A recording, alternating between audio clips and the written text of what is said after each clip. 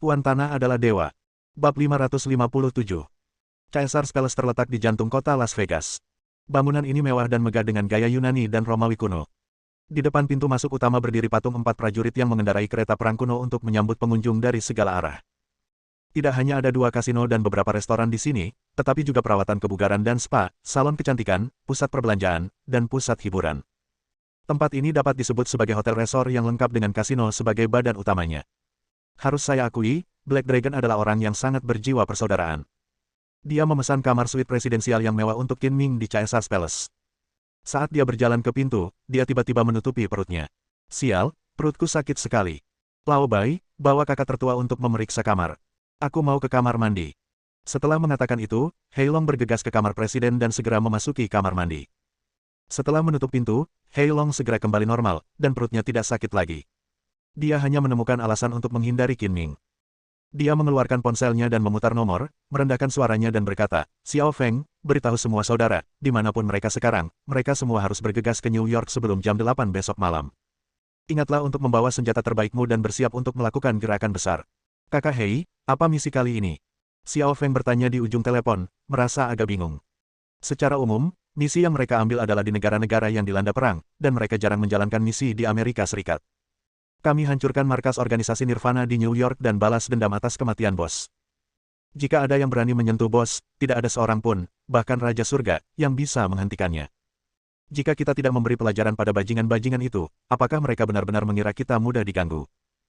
Naga hitam berkata dengan marah, dan di akhir dia memperingatkan, ingat, beritahu semua saudara untuk bertindak secara rahasia, dan jangan biarkan bos tahu, kami ingin memberinya kejutan. Berita bahwa Qin Ming sedang diburu dan diberi hadiah oleh organisasi Nirvana telah menyebar di antara para tentara bayaran Mad Dragon.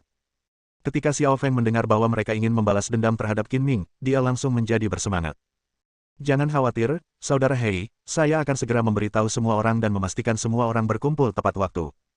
Setelah menyelesaikan panggilannya, Hei Long tinggal di kamar mandi sebentar sebelum keluar dengan gaya sok. Sial, aku tidak menyangka akan sakit perut.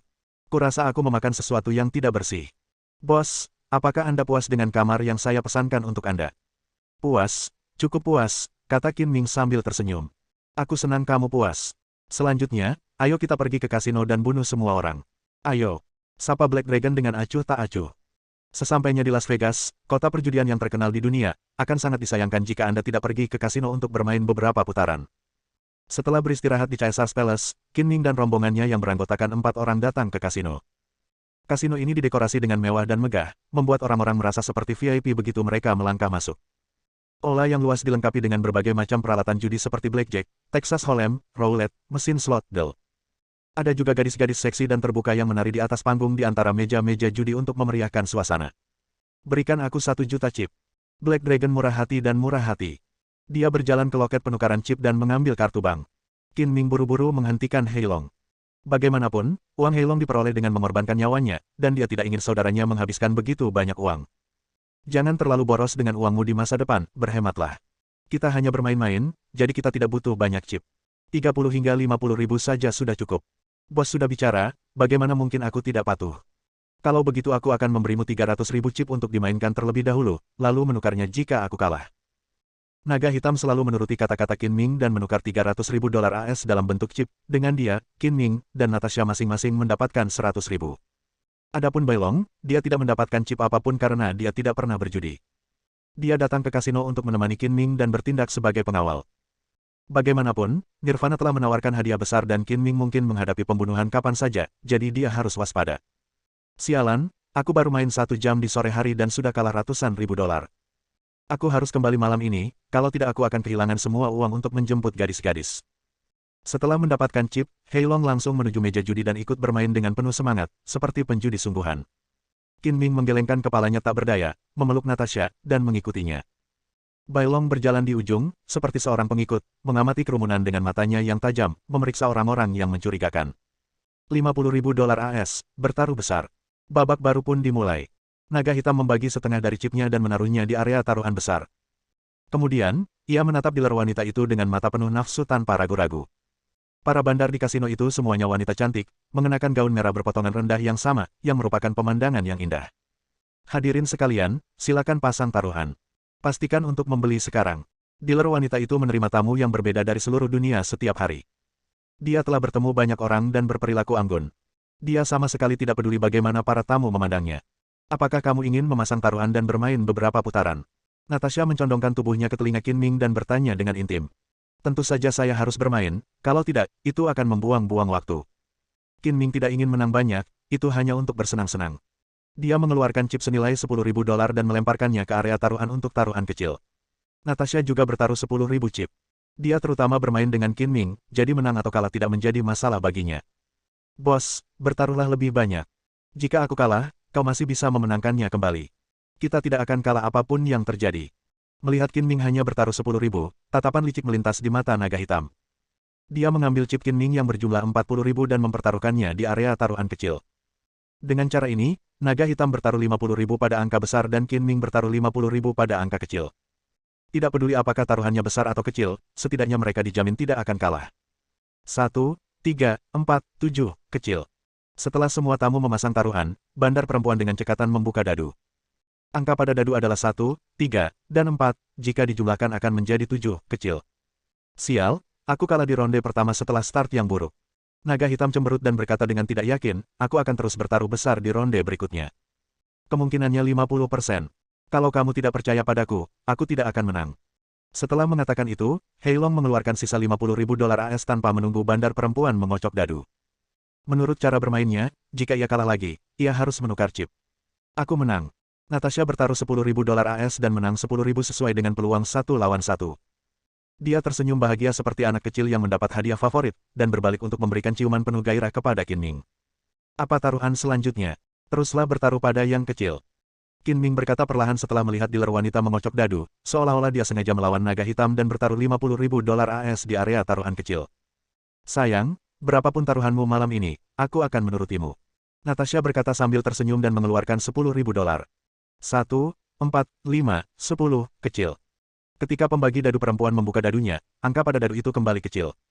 Sial, aku tinggal selangkah lagi untuk menang besar. Aku sangat tidak beruntung. Aku bahkan belum bisa melupakan keinginan untuk mendapatkan 100.000 sebelum aku kehilangan semuanya. Kau harus memaksaku untuk menukar lebih banyak chip. Heilong sangat marah hingga dia mengumpat dan berbalik untuk menukar chip. Dia pandai bertarung dan membunuh, tetapi dalam hal berjudi, semuanya bergantung pada keberuntungan. Black Dragon menjalani kehidupan yang sangat bebas dan mudah. Setelah menyelesaikan setiap misi, bar kasino pastinya menjadi tempat yang wajib dikunjungi untuk hiburan. Wanita juga sangat dibutuhkan.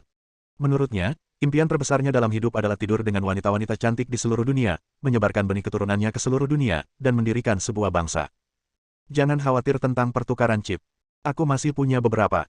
Aku akan meminjamkanmu 100.000. Qin Ming menghentikan naga hitam dan berkata sambil tersenyum, itu tidak gratis. Ingatlah untuk menghitung bunganya. Bos, Anda menamparkan wajah saya. Saya mampu kehilangan sedikit uang ini. Meminjam uang untuk berjudi bukanlah kebiasaan saya. Naga hitam berkata dengan acuh tak acuh dan menyerahkan kartu bank kepada naga putih. Old White, jangan hanya berdiri di sana dan menonton. Gerakan tanganmu dan bantu aku menukarkan 1 juta chip. Qin Ming mengedipkan mata pada Bai Long, memberi isyarat padanya untuk tidak mendengarkan Heilong, dan memberikan 100.000 chip yang dimenangkannya kepada Heilong.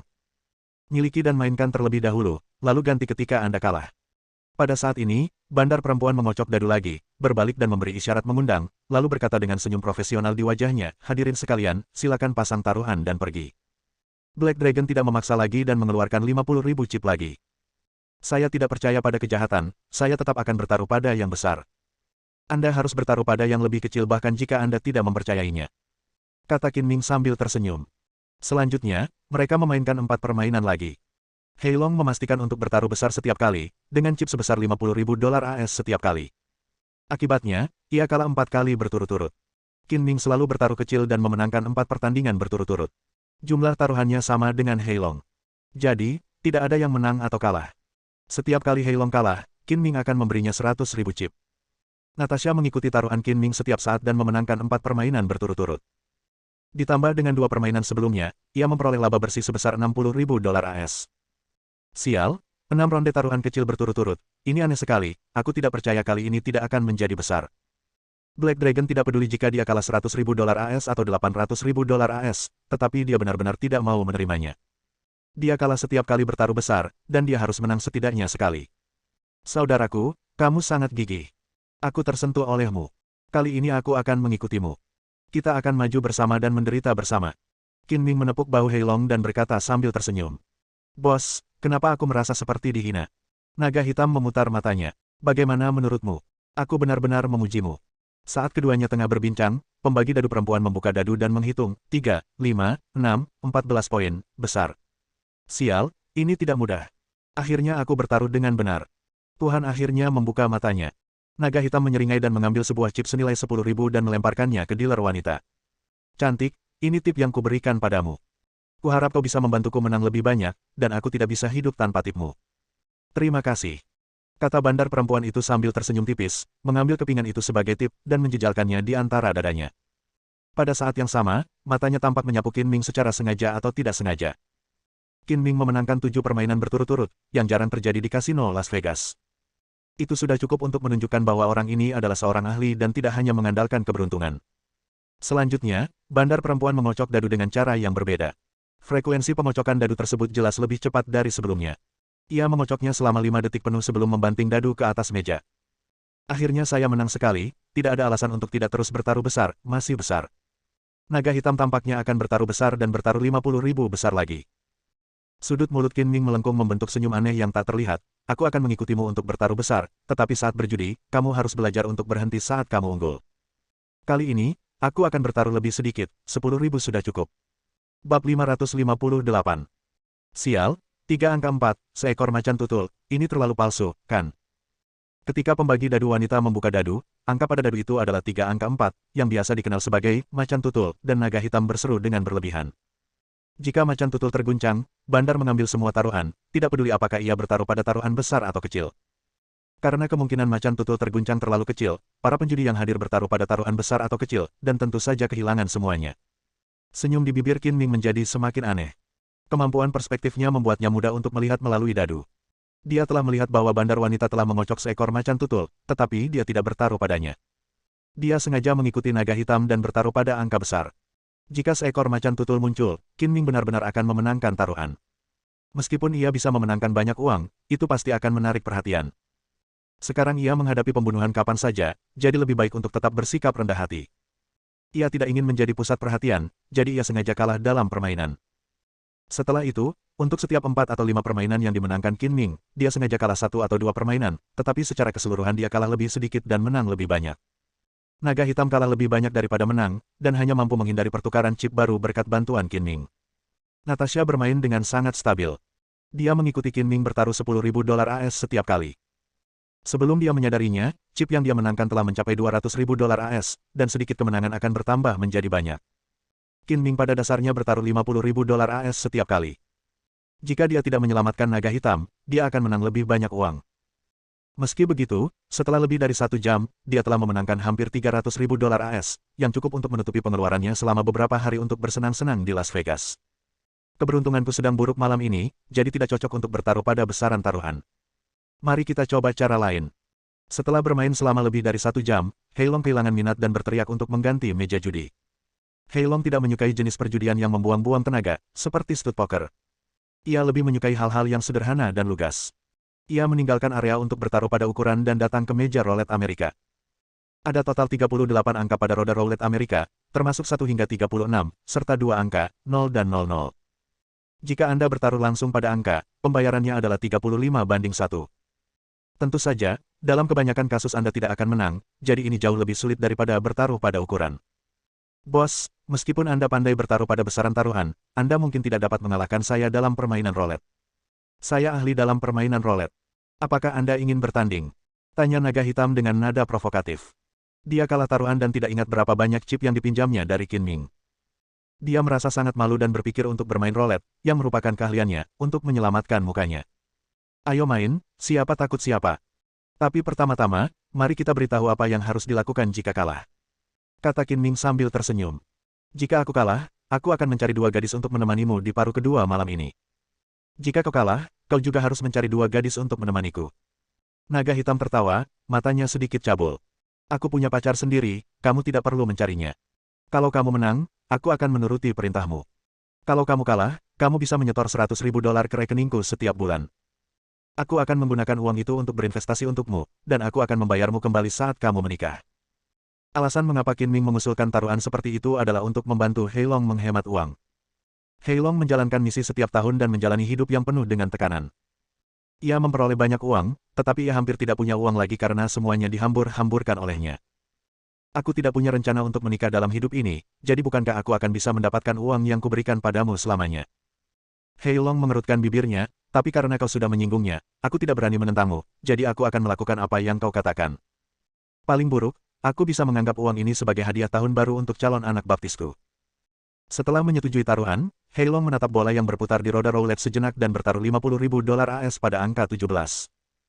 Qin Ming bertaruh 18, dengan chip senilai $10.000 AS, dan Natasha masih mengikuti taruhan Qin Ming tanpa berpikir. Hasilnya, ketika roda roulette berhenti, bola perlahan melewati angka 17, lalu berhenti di angka 18. Sial, hampir sampai. Naga hitam begitu marah hingga dia menepuk pahanya, merasa sangat menyesal. Sayang, kamu benar-benar bertaruh dengan benar, itu luar biasa. $10.000 AS tiba-tiba menjadi $350.000. Natasha bersorak kegirangan dan memeluk Qin Ming serta memberinya ciuman penuh gairah. Bagaimana menurutmu? Apakah kamu bersedia menerima kekalahan? Qin Ming berkata kepada naga hitam dengan nada bercanda, sambil memeluk Natasha, yang memiliki tubuh yang sangat seksi dan dapat membuat darah orang mendidih dalam sekejap. Saya kalah di ronde ini, tetapi kami adalah yang terbaik dari 3. Saya tidak percaya bahwa permainan roulette terbaik saya pun tidak dapat mengalahkanmu. Kata Black Dragon tidak yakin. Pada permainan kedua, Heilong menatap bola yang berputar lebih hati-hati, memprediksi lintasan jatuhnya, dan bertaruh 50.000 pada angka 29. Perbedaan yang kamu lihat kali ini agak terlalu besar. Penglihatanmu semakin memburuk. Qin Ming menggoda dan bertaruh 10.000 pada 27. Ketika ban berhenti berputar, bola menggelinding ke angka 27, dan Qin Ming kembali mengenai sasaran, memenangkan $350.000 AS lagi. Hanya dalam 2 putaran, ia dan Natasha menghasilkan $1,4 juta AS. Kecepatan menghasilkan uang ini jauh lebih mudah daripada menjalankan misi. Aku kalah taruhan, tapi masih ada satu kesempatan lagi. Aku harus berjuang sampai akhir. Kalau aku tidak mengalahkanmu sekali saja, aku akan merasa tidak nyaman. Di ronde terakhir, Heilong menyingkirkan semua gangguan dan memusatkan seluruh energinya. Satu-satunya yang tersisa di matanya adalah bola yang berputar. Dia menatapnya selama 5 detik hingga kecepatan putaran bola perlahan melambat, lalu dia memasang taruhannya. Kali ini harus 3 kali. Kalau tidak, aku akan memakan bolanya. Kamu sangat percaya diri. Aku akan bertaruh sama sepertimu. Qin Ming juga bertaruh pada nomor 3, dan chipnya masih $10.000 AS. Bos, kamu curang dan menjiplak hasilku. Bahkan jika taruhanmu benar, aku tetap menang. Bantah naga hitam. Baiklah, kalau benar-benar 3, kamu menang, kata Qin Ming acuh tak acuh. Setelah beberapa saat, bola berhenti berputar dan benar-benar berhenti di angka 3. Tidak mudah. Akhirnya aku mengalahkanmu, bos. Perjalananku malam ini tidak sia-sia. Heilong tertawa terbahak-bahak, tidak bisa berhenti tersenyum sejenak. Dia tidak hanya mengalahkan Qin Ming, dia juga memenangkan $1,75 juta AS. Dia telah mengubah hidupnya dan akhirnya bisa mengangkat kepalanya tinggi-tinggi. Hanya dalam 3 ronde, Qin Ming dan 2 rekannya memenangkan total $3,5 juta AS, yang menyebabkan sensasi kecil. Qin Ming, melihat bahwa dia unggul, mengambil kesempatan untuk pergi bersama Heilong ke meja judi lainnya. Sayang, bagaimana kamu bisa menebak dengan tepat? Itu membuatku ingin berhenti dari pekerjaanku. Di masa depan, aku bisa pergi ke kasino bersamamu dan menghasilkan banyak uang. Tidak perlu bekerja dalam ketakutan. Natasha berkata sambil tersenyum, memegang sepiring penuh keripik. Kemampuan mengendalikan kekuatan adalah sesuatu yang harus dikuasai oleh siapapun yang telah mempelajari seni bela diri. Prinsip yang sama juga berlaku untuk roda roulette. Dengan memprediksi tren peluruhan bola, Anda dapat menentukan secara kasar area numerik mana yang akan jatuh. Jika Anda belajar mengintegrasikannya, Anda juga dapat melakukannya, jelas Qin Ming. Bos benar, saya juga membuat penilaian yang sama. Naga hitam setuju, tapi itu tidak seakurat prediksi bos. Tidak apa-apa. Terima kasih atas saranmu. Natasha tidak dapat menahan rasa malu. Dia adalah seorang pembunuh dan dia mengerti betapa pentingnya mengendalikan kekuatan. Namun, dia tidak dapat menguasainya seperti Qin Ming dan menggunakannya untuk hal lain selain membunuh.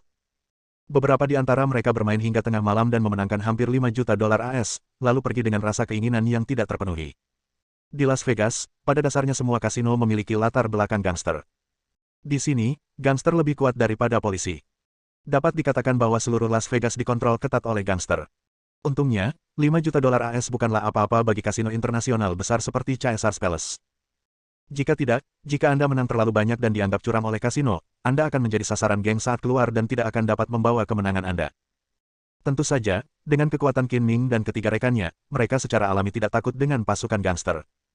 Meski sudah tengah malam, Las Vegas, kota yang tak pernah tidur, masih sangat ramai. Gadis-gadis cantik terlihat di mana-mana di kedua sisi jalan, mengedipkan mata kepada orang yang lewat. Hal lain yang perlu disebutkan adalah bahwa prostitusi, perjudian, dan narkoba adalah legal di Las Vegas, jadi tidak jarang melihat wanita cantik mencari bisnis. Setelah meninggalkan kasino dan berjalan beberapa langkah, Bai Long tiba-tiba merendahkan suaranya dan berkata, kami telah menjadi sasaran. Kami menemukan 4 orang mengikuti kami. Kami belum mengetahui identitas mereka. Seharusnya gangster lokal yang rakus akan uang.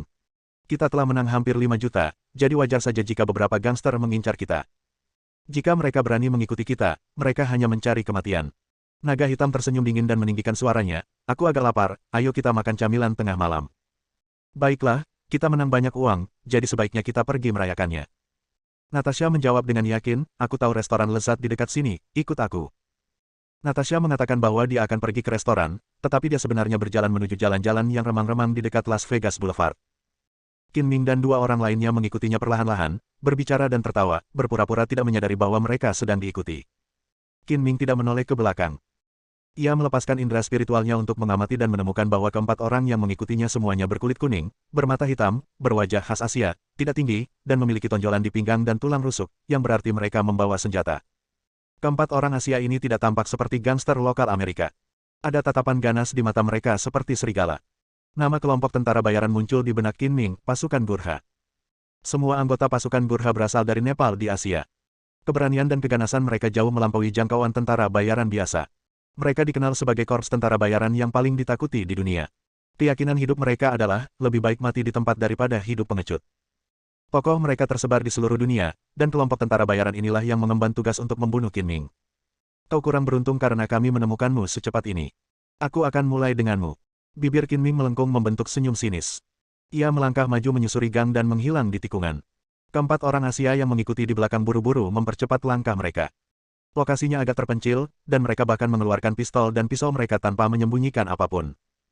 Pisau yang mereka gunakan sangat khas, dengan bentuk melengkung seperti kaki anjing, bagian belakang tebal dan tumpul, tetapi bilahnya sangat tajam. Pisau itu disebut parang kukri. Meskipun tidak dapat digunakan sebagai pisau lempar, pisau itu sangat praktis dalam pertempuran jarak dekat dan dapat memenggal kepala seseorang dengan satu tebasan. Keempat orang Asia itu sangat berhati-hati. Mereka tiba di sudut jalan, berbaris, dan bersandar di dinding. Pria yang memimpin jalan itu diam-diam menjulurkan kepalanya dan melihat ke sisi lain sudut jalan. Tokoh utama ingin memeriksa situasi terlebih dahulu, tetapi dia tidak menyangka akan disambut oleh tangan besar seperti cakar elang. Tangan itu mencengkeram lehernya secepat kilat. Hanya terdengar bunyi klik yang keras, dan tenggorokannya langsung hancur dalam sekejap. Dia meninggal bahkan tanpa sempat mengerang. Bersambung.